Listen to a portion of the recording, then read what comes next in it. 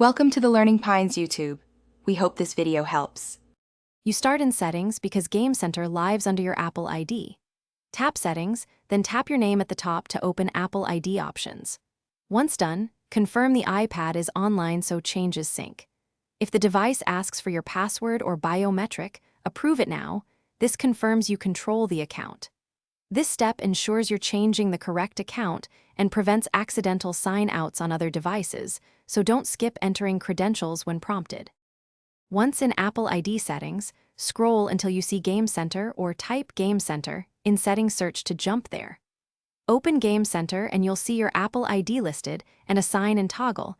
You can turn that off to stop automatic game sign-ins. You'll also see switches for friends, nearby multiplayer, and shared profile options.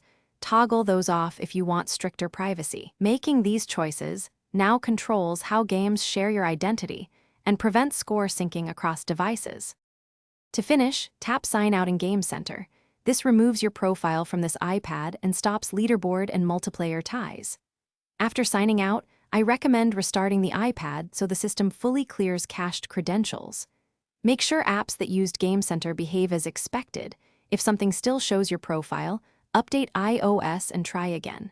If sign out fails, toggle Wi-Fi or cellular off and on. Then reattempt. Network hiccups often block account changes, so retry after. Thanks for watching. Consider subscribing if we helped you.